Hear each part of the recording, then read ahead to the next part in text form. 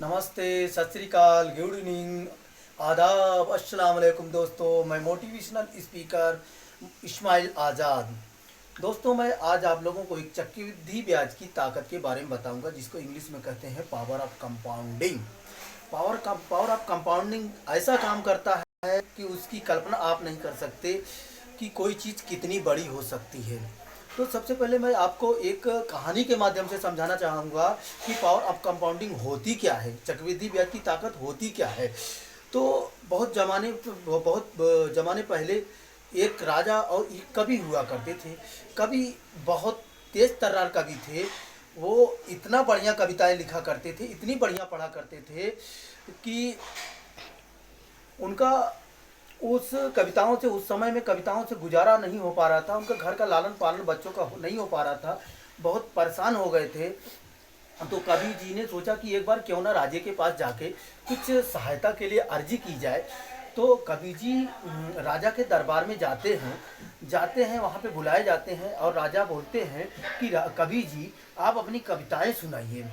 तो कवि जी उनको बहुत सारी कविताएं सुनाते हैं। राजा इतना खुश हो जाते हैं, उनकी कविताएं सुनकर इतना मस्त हो जाते हैं कि राजा खुश होके अपने अहंकार में आके बोलता है, कवि जी ये बताओ आपको क्या चाहिए, मैं सब कुछ आपको दे दूंगा, जो मांगोगे सो दे दूंगा। तो कवि जी बोलते हैं, कवि जी बहुत चालाक हुआ करते थे।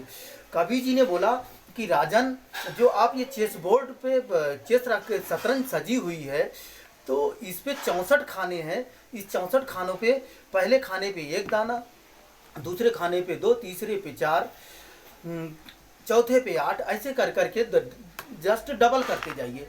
तो राजा बोले, बस इतनी सी छोटी चीज मांग रहे हो, कभी कुछ और मांग लो। कभी बोलते, ना राजा साहब, हमको सिर्फ यही आप कर दो। तो राजा बोले, मंत्री, कवि जी की मांग को पूरी किया जाए। तो फिर दरबारी लोग कभी राजा के उस चेस बोर्ड पे पहले खाने पे एक दाना, दूसरे खाने पे दो, चौथे खाने पे 4 दाना, पांचवे पे जो है 16 और 10वें पे आते आते 512 दाने हो जाते हैं। 512 दाने हो गए और ऐसे आते आते 20वें खाने पे आते आते दानों की संख्या हो जाती है 5,24,288 दाने। ऐसे करते करते रखते चले गए और 32वें खाने पे पहुंचते पहुंचते 214,74,83,648 दाने हो गए। राजा का पूरा दरबार खाली होता जा रहा था। जितना भी अनाज रखा हुआ था सारा खाली होता चला जा रहा था। 64वें खाने पे इतना दाना हो गया, इतना दाना हो गया कि हिमालय के पर्वत की पहाड़ी जैसा इतना ऊंचा हो गया। पूरे दुनिया में इतना दाना नहीं हुआ था कि इतना उस कवि ने मांगा था। उसके बाद मंत्री दौड़े दौड़े राजा के पास आए और राजन से बोले, राजन, ये तो कवि बहुत चालाक आदमी है, इसने तो इतना सारा दाना मांग लिया है कि इतना धरती पे हुआ ही नहीं है दाना। तो दोस्तों, राजन को अंततः अपना दरबार सब कुछ त्याग करके उस कवि को सारा अपना राजपाट सब कुछ कवि के नाम करना पड़ा। इतना चालाक कवि से हमें ये सीख मिलती है कि पावर ऑफ कंपाउंडिंग, इसी को कहते हैं चक्रवृद्धि ब्याज की ताकत।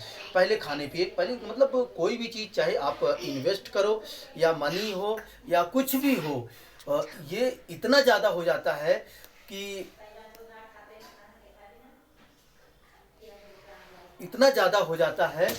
आपको बहुत कुछ बना सकता है। तो दोस्तों, आप इस वीडियो को शेयर करें, सब्सक्राइब करें और लाइक करें, ज़रूर करें। Okay, keep sign.